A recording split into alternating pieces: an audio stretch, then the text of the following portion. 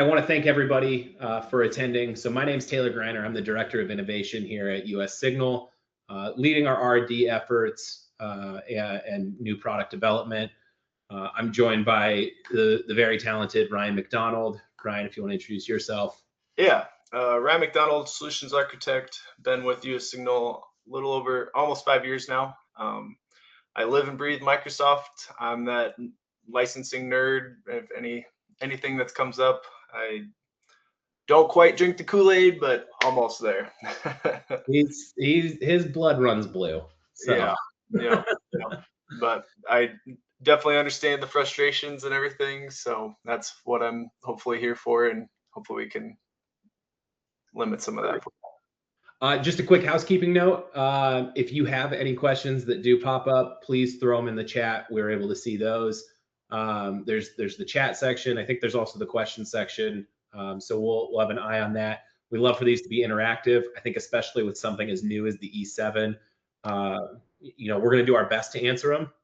We may not have every answer just with how new this is, but it's something that we are in this day in, day out. And if we don't have the answer here, we will absolutely follow up with the information. So, before we dive in, really just want to give it a US Signal at a glance. Who are we? If you're new to US Signal, so we are an IT services provider headquartered out of Grand Rapids, Michigan.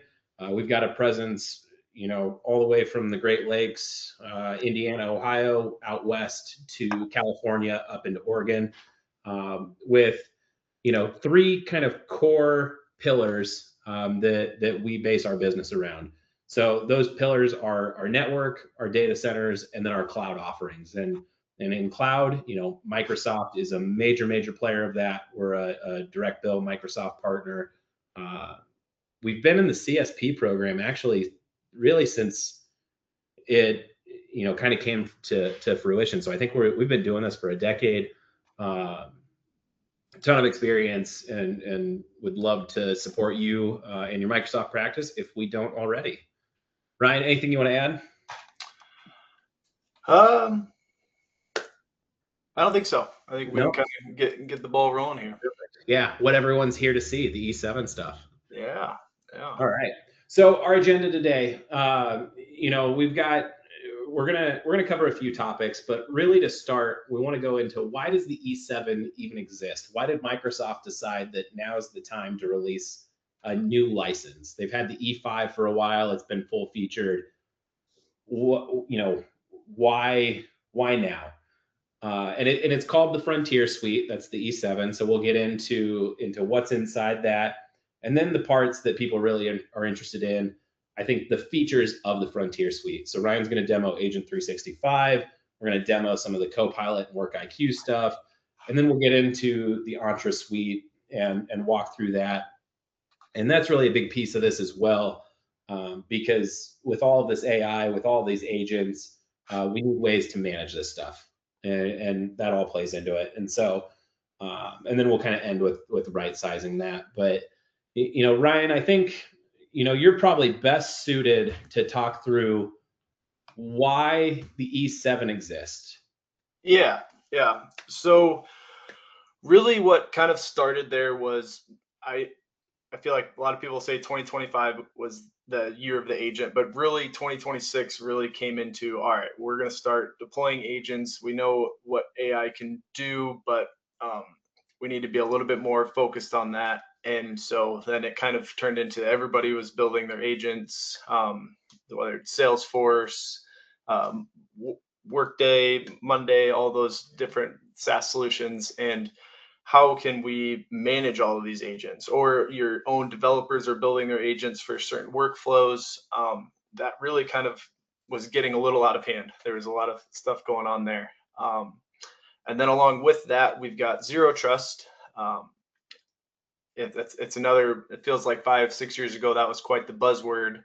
And now we're actually seeing where Zero Trust can be implemented, and being able to then lead that into Microsoft had some Zero Trust solutions there, but there was nothing more frustrating. Well, I'm E5, I should have everything.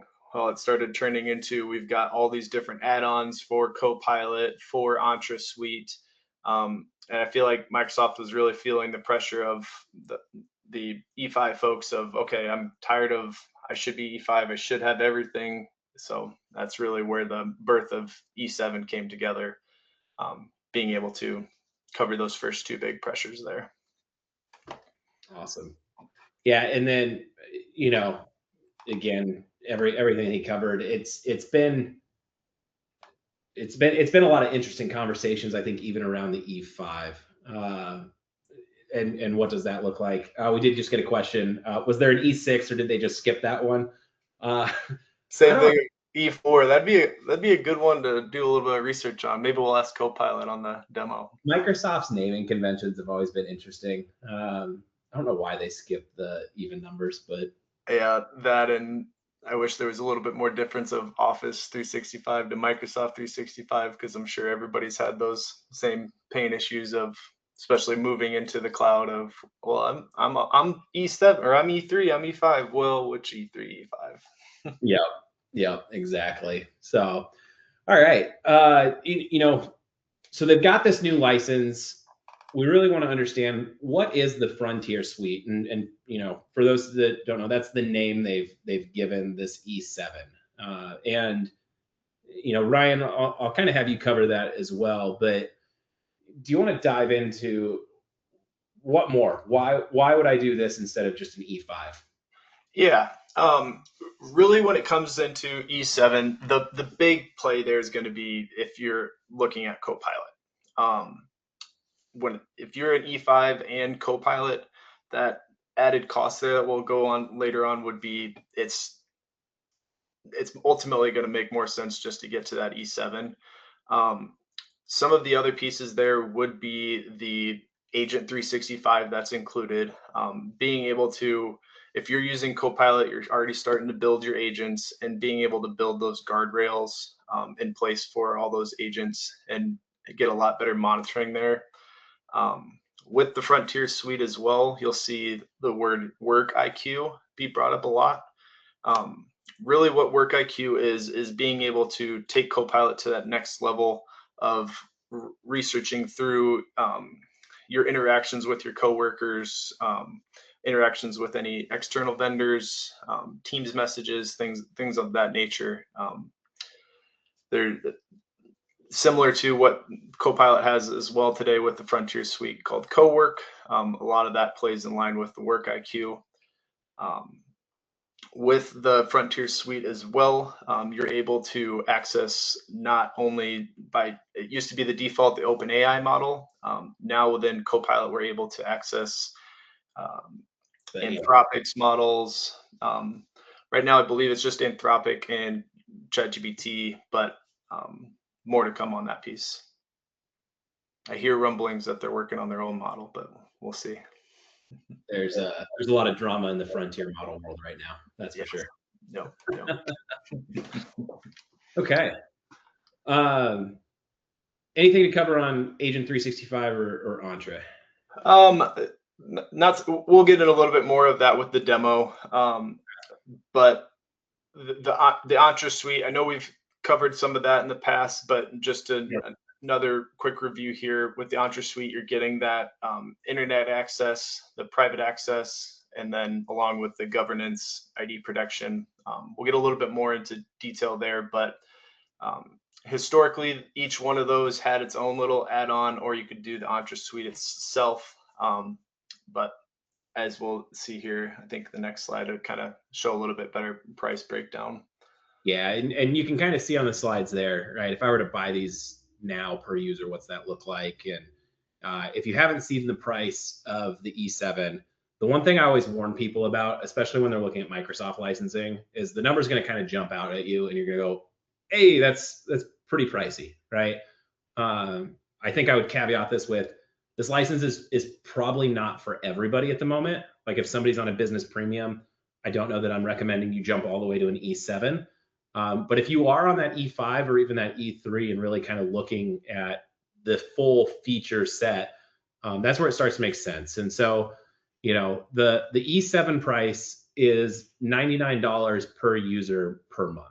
And again, compared to the other licenses, it's a fairly significant jump. However, if you look at the left there, excuse me, if we start to add these AI add-ons in the Entra Suite, Agent 365, it ramps up real quick, right? And the E7 is actually a cost reduction by bundling all of those together. So definitely something to consider and look at. So we'll kind of hop into and we don't need to spend a ton of time here, but just a quick comparison of what the E3 gives you, what the E5 gives you, and then this E7 that as we've said, has kind of everything all included. Yeah, and after this, we'll be sending out a little bit more detailed document going through E3, E5, E7, some use cases showing if you've got X users, an easy one. If you've got an E5 with Copilot, that added $9 a month, getting Agent 365 in the Entra Suite just makes a lot more sense. Yep. So we're going to dive into the Agent 365 portion of the Frontier Suite, and we're gonna start. We'll kind of walk through what is Agent 365, what are kind of the features, and then Ryan's going to jump into the demo portion of that. Yep. So again, agent. Ryan said 2025 was the year of the agents, and I think if you have kind of followed the advances in any of that, there was the OpenClaw or ClaudeBot, I think was originally called, that kicked off at the beginning of the year. And that seemed to really kick off agents as kind of first-class citizens, even to the point now, if you watched like the NVIDIA GTC conference, right? They're talking about their version of OpenClaw, how they how they are securing that. And so agents are exponentially growing. They're taking off everywhere. You see it in the news, regardless of how you feel about it, right? They're here, and we're trying to figure out how we work with them, how we manage them. And so the Agent 365, is definitely a way to really start to wrangle in these agents that are let loose in our organization. And that may be even another good, say, if 2025 is the year of the agents, 2026 is the year of governing those agents. Really making sure we keep this, because it can get out of control really fast. It's super amazing technology, but security is going to be the biggest thing to make sure. I don't know how many people I talk to where I'm like, this is the Wild West, right? There are a lot of the times there are no rules that we see in organizations. You give people an API key and a laptop and some AI, and they're creating some wild things. And it's data sprawl, it's cost, it's all those things, and so we need a way to manage that. So, Ryan, I think if we're ready to demo the Agent 365 stuff, we'll kind of get into the fun portions of this. So sure. Let me stop sharing my screen. And Ryan, I think you are now the presenter. Okay. Make sure.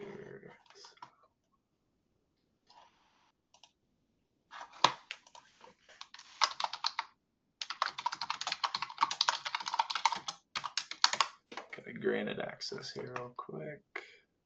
If this is your first time joining us with these, we do the demos live. So you get to experience what it's going to look like when you log in. We make sure it works. We do prep for these, but sometimes we run into some roadblocks when the environment doesn't want to work with us. So that's always fun. Okay.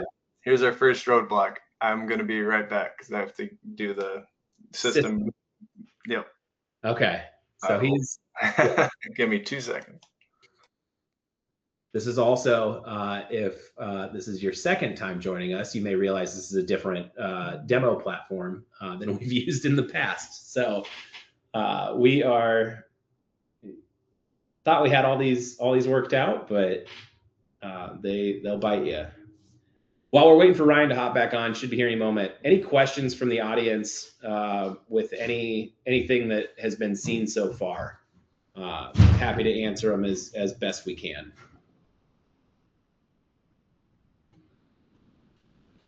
We'll give Ryan.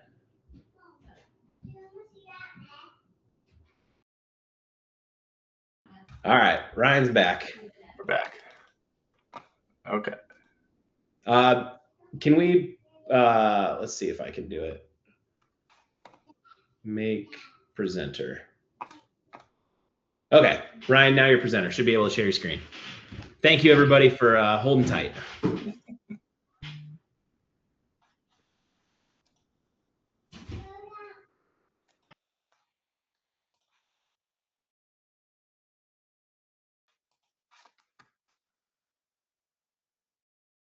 Tried zooming in this time.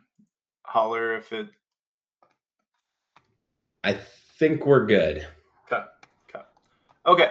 So getting into Agent 365, within your admin center, once you enable your Frontier Suite, you'll have access to this overview here.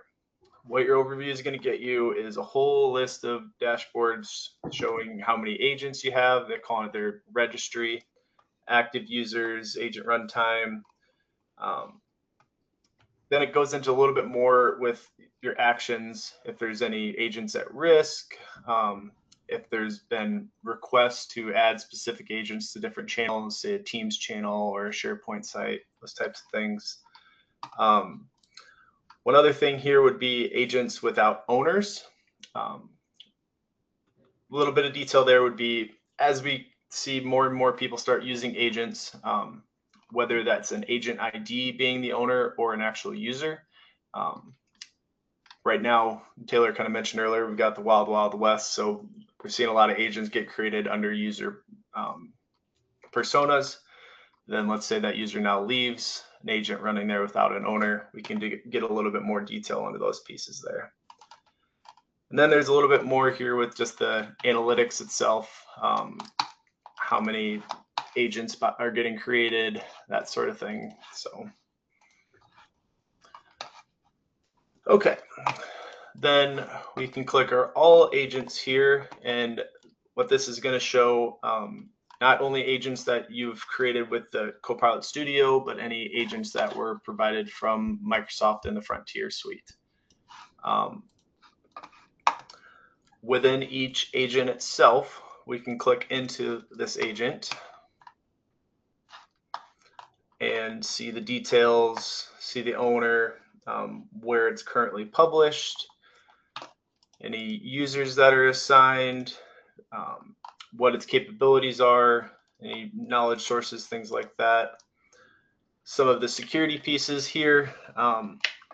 There's a whole lot that we won't get too much into detail here with Purview, but within Purview, being able to protect these agents, can be able to do any kind of evaluation for compliance gaps. And then we can review it even in Entra itself with the agent identity. Within your agents, if they've got any permissions, let's say to your SharePoint sites or things like that, or anything in Entra, you'll be able to see that here and then pull up any activity in that piece there. Within the agents as well, we can just within Agent 365, we can block certain agents running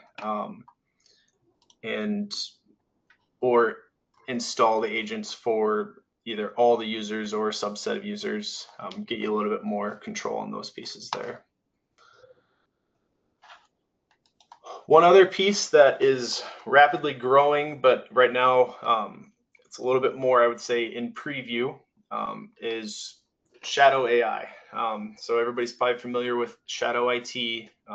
Users maybe with more permissions than we're aware of, going out and installing, say, third-party agents or third-party AI tools.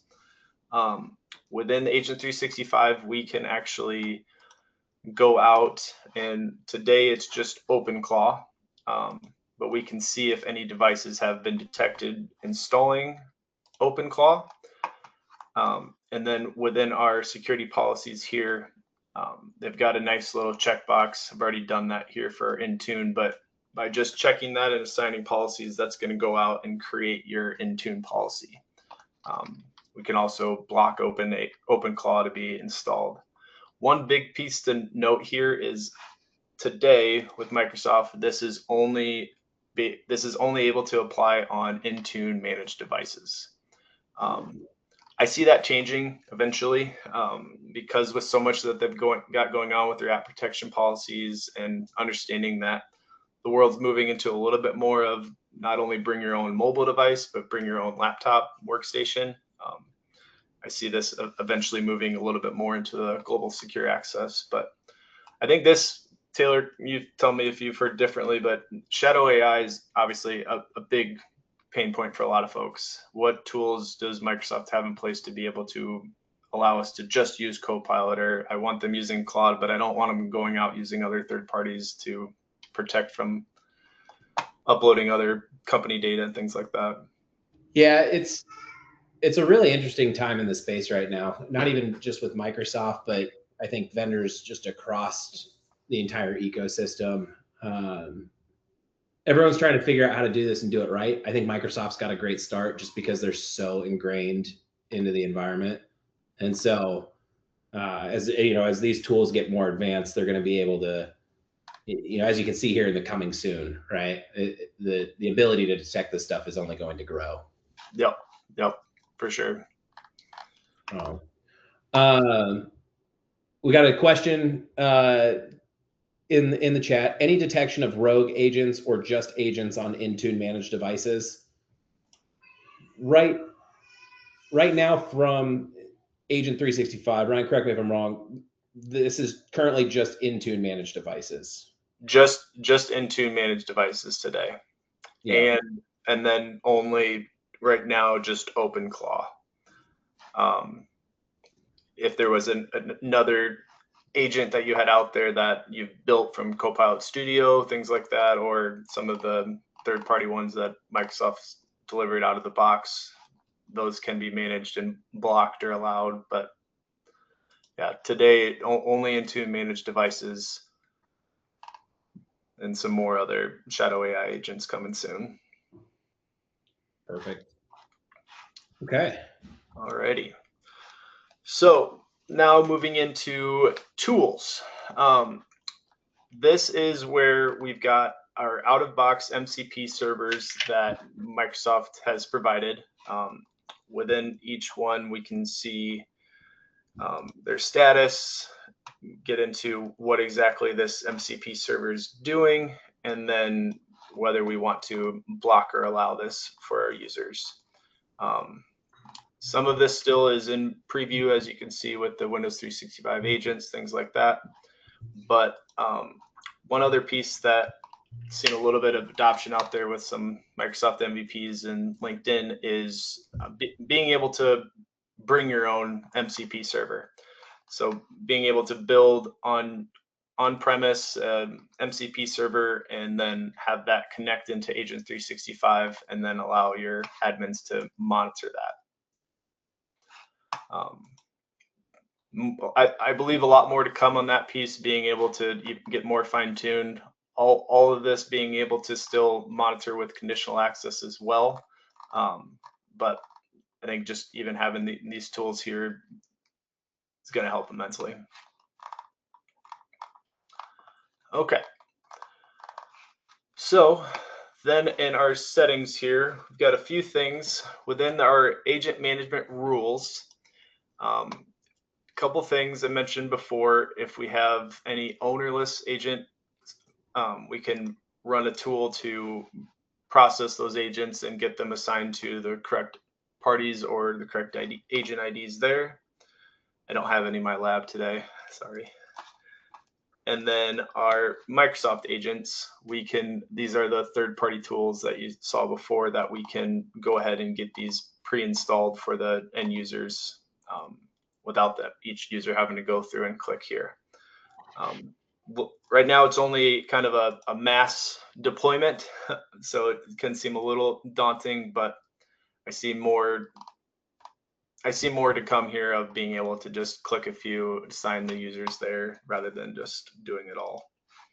Ryan, real quick, excuse me, we got a question, and it's, does this suite offer anything that might help detect when an email/web-based prompt injection attack has hit an agent and the agent is compromised? And I've actually done some research into that as well. I don't know that we're going to be able to, I don't know that we're set up to demo it here, but that's where having the entire Microsoft suite can get really interesting, because I think you can, if I remember right, you can integrate Defender and Purview to catch those injections and be notified when when that attempt is made. And so, are you going to be able to do it solely with Agent 365? I don't think as it currently stands, right? But if we leverage Defender and Purview with Agent 365, now we're able to catch those detections, and that's where the E7 becomes really powerful, where we get those those features included. Defender, Ryan, do you remember what level of Defender comes with the E7? So with Defender, you get basically the full suite. You get Defender for Endpoint Plan 2. You get Yep. Defender for Cloud, Defender for Identity, and then Defender for Office Plan 2. There's some vulnerability management in there as well, and then the full Purview stack. The really, I would put it even as a third layer there with your Entra Suite, your private access and your internet access, being able to put in some security policies there to block the prompt injection. And then even a fourth layer there. So with Microsoft's backend, if something were to happen like that, it's going to, each agent gets marked a risk score, low, medium, or high. And I'll have a demo here for that shortly, but the in conditional access, we can now target not only users and groups, but agents. So if an agent were to be marked as a high risk, we're going to block that agent from being able to access any of our resources. So Absolutely. Yeah. So Joseph, to answer your question, yeah, there's ways to do this. yeah, And we're happy to have those conversations. yep. A lot of different layers there, but ultimately, yes, we can protect those pieces. And that's just to side note real quick. That's where, when we kind of joke and say that AI and agents are the Wild West, right? Like within Microsoft, we have the tools, but it's a number of tools. It's kind of like Legos. We got to put the parts and pieces together, correctly to make sure we catch all this stuff. And I think that will over time become easier to set up and maybe more ingrained. But we're not there yet, but we're quickly approaching. So, and as I'm sure all of you are feeling this as well, this is all rapidly changing fast. New technologies are deploying very quickly, so we're trying our best to stay on top of it to keep you guys all informed. So, yep. I think Ryan and I just about every night are sending stuff back and forth to each other. Wife was giving me crap the other night. You're such a nerd. Okay. Real quick, one more question. Yeah. If a customer currently has E3, is the AI portion an available option? And that's where there can be the add-on licenses, correct? Correct. So from an E3 perspective, adding on Copilot, adding on the Entra Suite, adding on the Agent 365, you can add on all those pieces there. The only thing with the E7 is not getting the work IQ pieces. That would be the biggest fallback there. Yeah. So the Agent 365, kind of what you've seen here, and as we've discussed so far, are available. There's paths to that. Yeah, and then it gets into a little bit. Okay, if we're getting that far into using agents, and we're really trying to make sure everything's staying secure. To the previous question, it's when the conversation probably starts that, okay, well, we'll probably need Defender for Endpoint Plan 2, probably some added Purview licenses, and then that's when it gets into, okay, probably time to move to a E7. Yep. So, Perfect. All right. Keep moving on.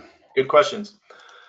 So allowed agent types, as it details out here, we can get a little bit more detailed. We're only going to allow agents in apps built by Microsoft or built by our organization, or external publishers, only certified external publishers. Then if we have people building agents and we want to allow them to be able to share, not have to go through IT on that, we can set up specific users there, or don't let anybody share.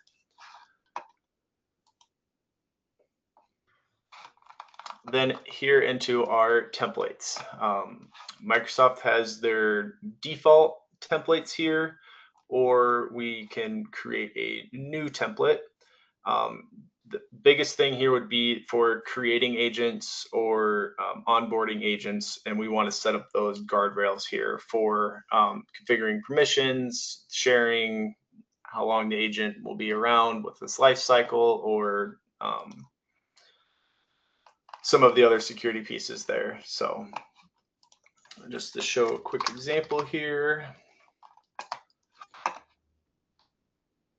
we're going to just leave this here as no.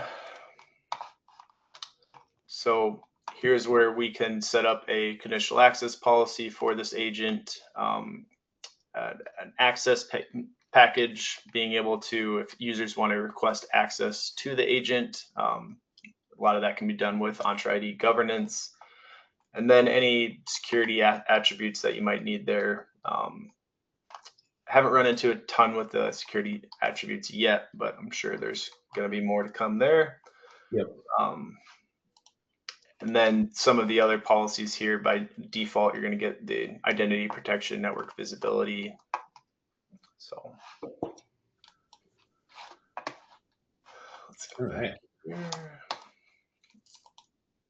And then along with deploying the agents, who can access certain agents. So we can get a little bit more detailed on that piece there.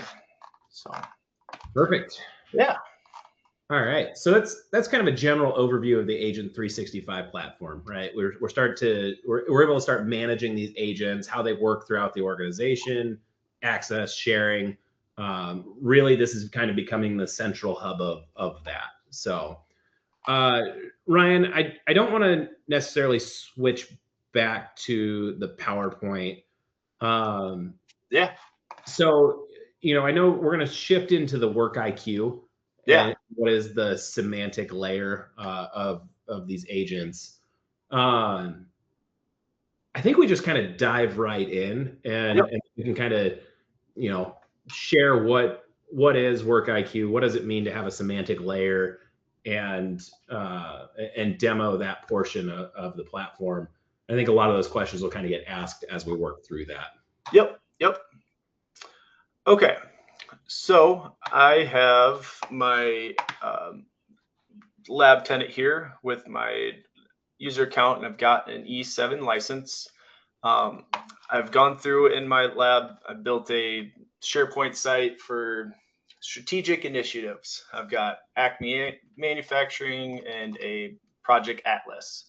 Sent some emails, done some Teams chat, things like that. So wanted just to kind of show here, I haven't preloaded any context. I haven't added any documents or anything like that. So I'm going to say, let's catch me up on the Acme Manufacturing account in the last 2 weeks.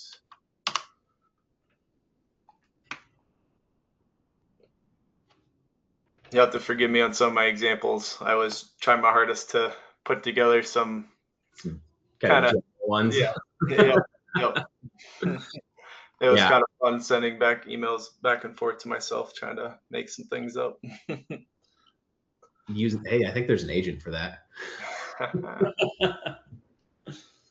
Yeah, and you can see kind of this chat experience. This is just the Copilot as well. If you haven't seen this, very similar to the Chat GPTs, the Claudes, that chat interface. It's kind of the standard experience that everyone's going to market with. Yep. And really what's going on in the back end here, it's not just going to look through my email. It's going to source any maybe documents that I've worked on that are local to my computer. They're going to sort through any Teams threads that I've gone through, SharePoint sites, emails, and we're going to see what we get here. Yep. We got a comment. Copilot seems extremely slow lately.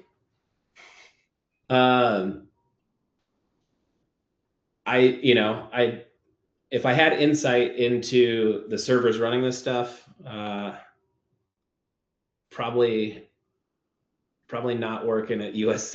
I mean, right, yeah. OpenAI or Anthropic, right? I know Microsoft's kind of managing these. I think a lot of these frontier models have.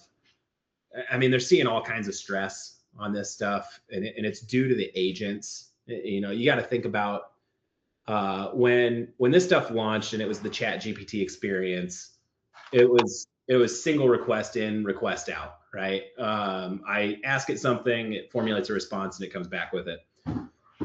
I think we're seeing in the industry as a whole, like if you watch Anthropic and their downtime, or you look at like GitHub and their downtime, and what you're seeing, when agents really started taking off, call it, I don't know, 3-4 months ago, what was one request in, one request out turned into 20 simultaneous, just constant request in, request out, right? And so, this is the joys of the live demo. And so I think just the stress on these systems has drastically increased. I mean, to the point we're seeing exponential increases on this stuff. So hopefully, starts the other piece to that. I mean, I think everybody has just seen. I mean, I've got a buddy in real estate, and a year ago, maybe some people would be using it to help put together a post on Facebook or LinkedIn or something like that. And now people are building their own apps for submitting. Well, and then, unfortunately, as demand increases, availability of this hardware is not, increasing at the same rate. And I'm actively, pursuing the purchase of a number of GPUs for US Signal deployment. I think the NVIDIA B300 is kind of the top of the line right now, and I'm getting quotes for 200 to 250. I think the biggest one I've seen so far is 271 day lead time on a server, right? And so unfortunately, that's a strain that is being, that everyone's getting hit with, right? And so as demand increases and we can't get the GPUs to make them available, we're seeing outages as a result. So, but back to the work IQ. Yeah, and everybody's favorite word too that we're all battling is inference, where we're accessing, how we're getting it back quick enough. And okay, so finally got our answer back. You can see it's pretty extensive, but just wanted to kind of point out here within each of our response, we're seeing where it's sourcing it from. We've got my 50-seat E7 pilot approved, specific email that it targeted here. Down here at the end, we can see all the different sources that it found, a few Word docs that it was pulling from, SharePoint, and then a few emails here as well.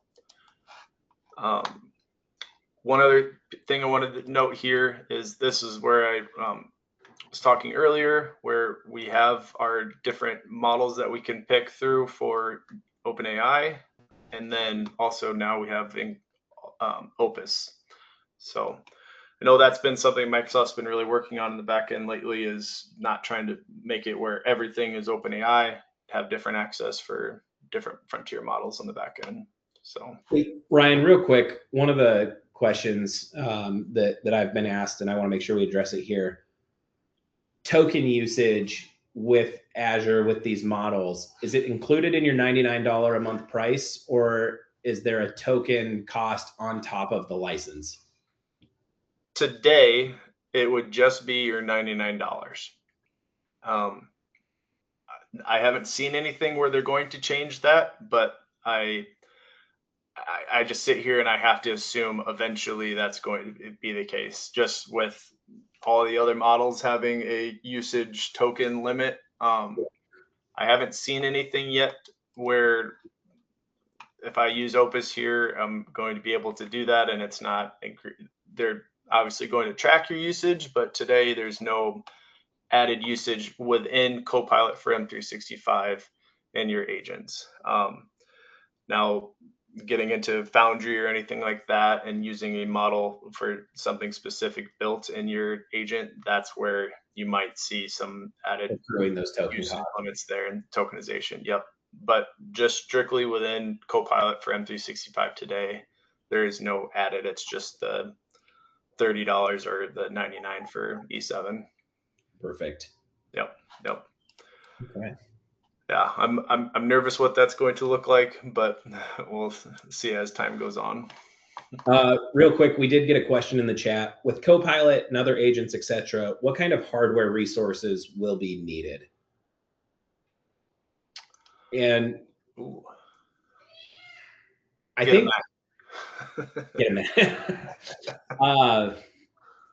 I think the hardware requirements really depend on how you're interacting with the agents or building the agents, right? I think if you're interacting with everything through a web browser and you're using, the Copilot Studio and Work IQ, your resource requirements are actually pretty light, right? You just need to be able to run that browser and then those requests run anywhere else or run somewhere else. If you're running agents locally, if you get into in our last month, we showed some like local deployment type stuff.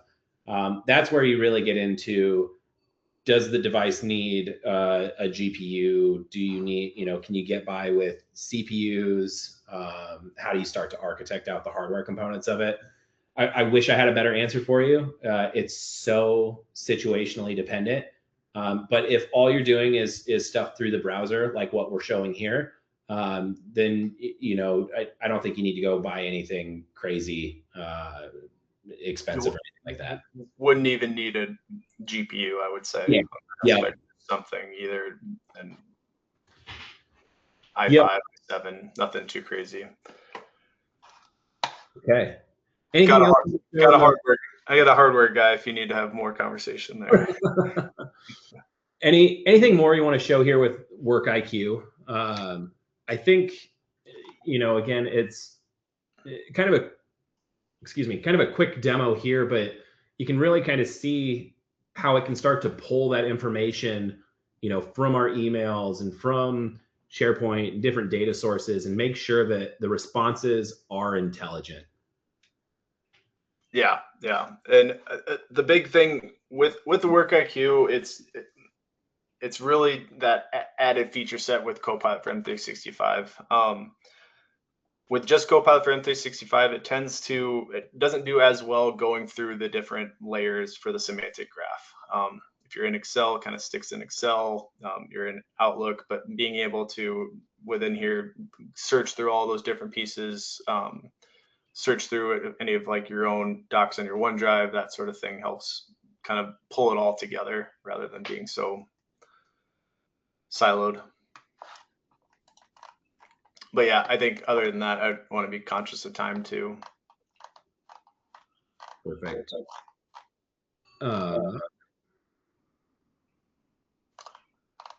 Okay. Let's see. And there's a question in the chat. Work IQ is only for the E7, correct? And looking at actually, I went and pulled the plan.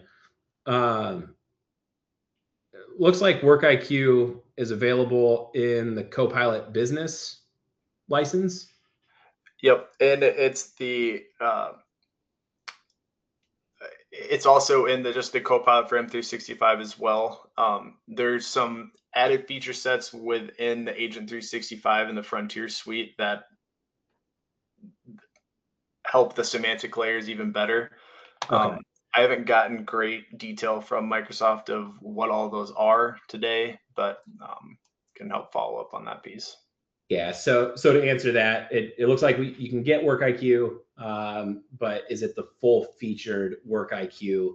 And this is where, with the license coming out May 1, um, we're some of this stuff is still evolving, and uh, so we're happy to, if you've got a use case specifically, anybody out there, we're happy to deep dive into your situation. We can pull in Microsoft to help have the conversations. Should we need to, we can lean on our Microsoft connections to make sure that we get you the right feature set that you're looking for at, what is the most cost effective way to get there. We're always looking to try and lower that Microsoft bill. Yep.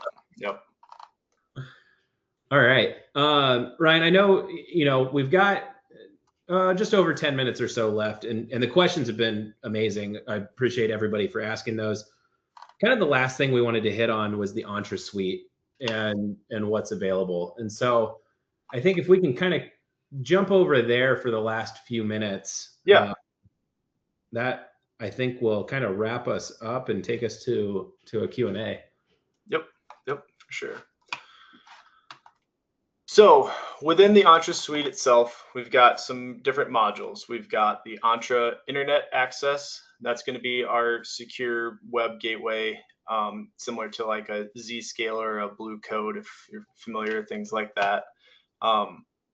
What the Internet Access is going to help with is any shadow AI usage. We mentioned before, some prompt injection protection. Let me get some of this pulled up here.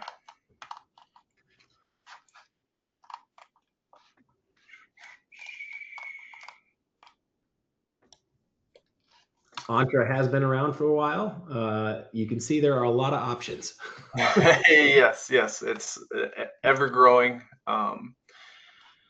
So kind of getting a little bit more to with your web content filtering, we can block kind of what we've mentioned before, some unsanctioned AI tools, can block ChatGPT and maybe only allow for Copilot, those types of pieces there. Kind of moving into the next piece there would be our Entra private access. This is where we can get a little bit more into the zero trust network. We can set up our own private networks where they've got their agent on the machine and set up some per app MFA, the continuous access evaluation. Where I see more adoption of this happening is, as everybody tends to try to talk about, we're moving Microsoft's slowly, but eventually going to move us off of local Active Directory, right? I don't want to scare anybody. It's still, we're supported through 2035. So it's not something we need to do today, but as we start moving and our users and computers maybe to Entra Join, still having that local access, how do we be able to get them access to local AD? That's where Entra private access is going to come into play. Then moving into Entra ID governance. Let's pull it up here.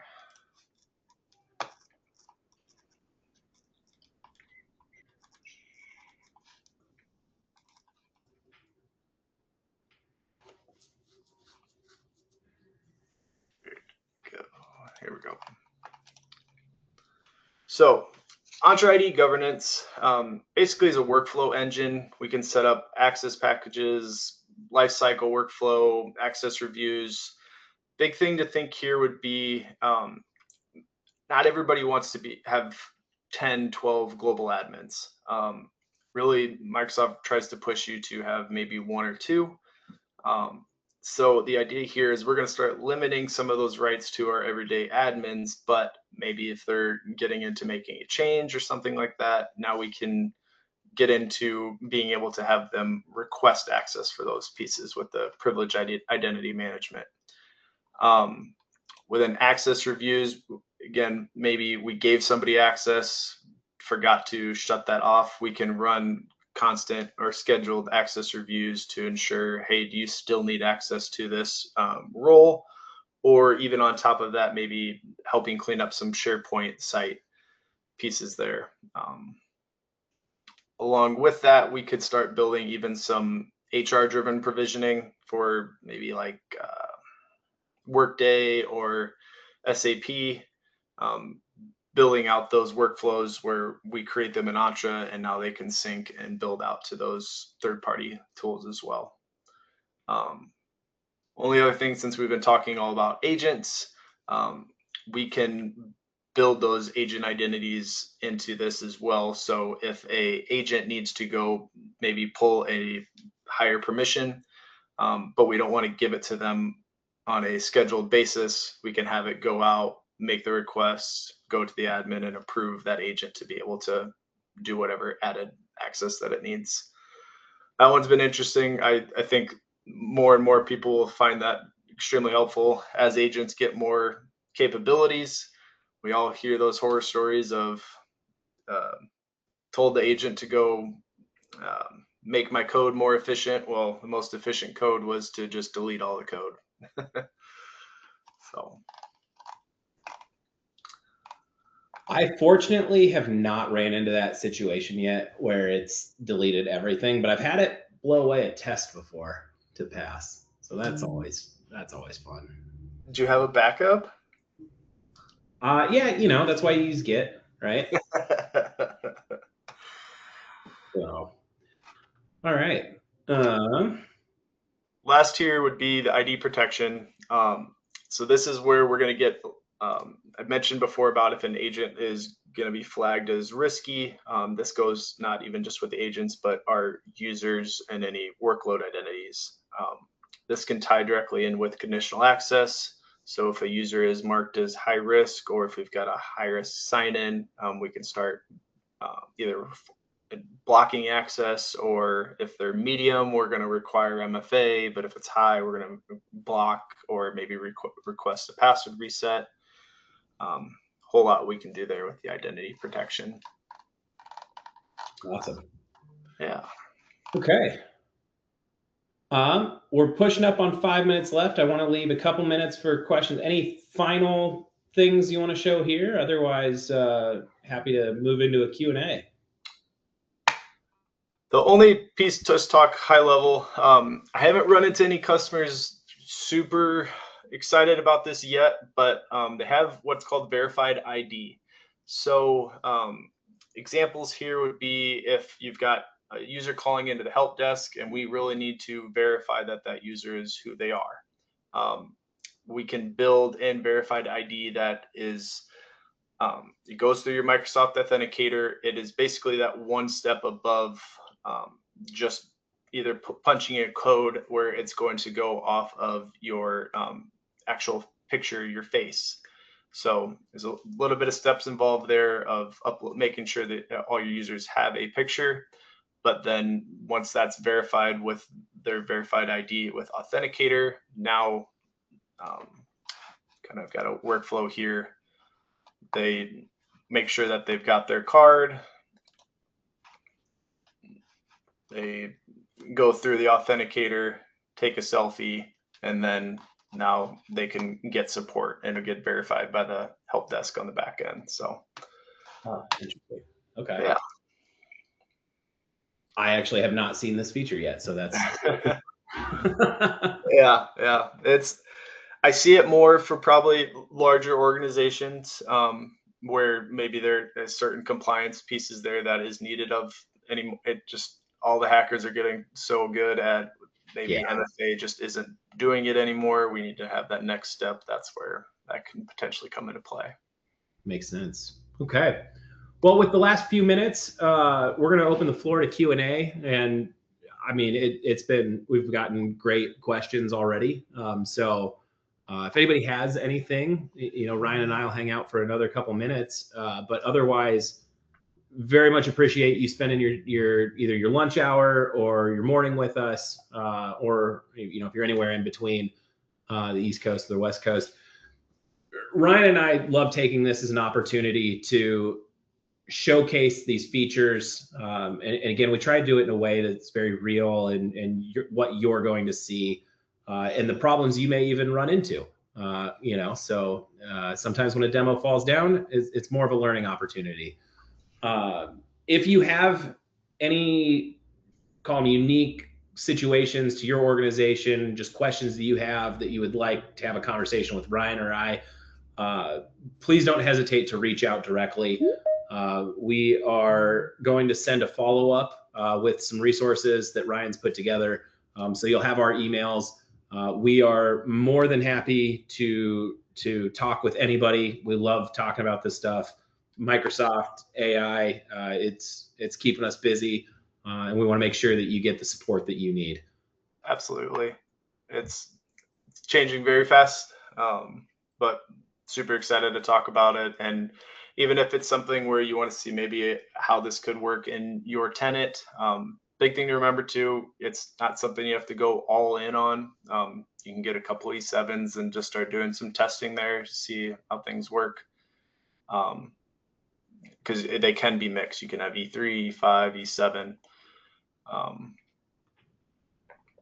Yeah. Absolutely. All right. Well, not seeing any questions, so we'll go ahead and wrap this up. And again, thank you, everybody. These are way more fun when we have participation. So we hope to see you at the next one. If you have any topics that you're interested in us doing one of these on, please don't hesitate to make suggestions as well. We are always looking for feedback, and we want to make sure we're showing content that is relevant. So with that, we'll go ahead and wrap up and hope to see you next time. Thank you, everybody. Have a great weekend. Take care. Take care.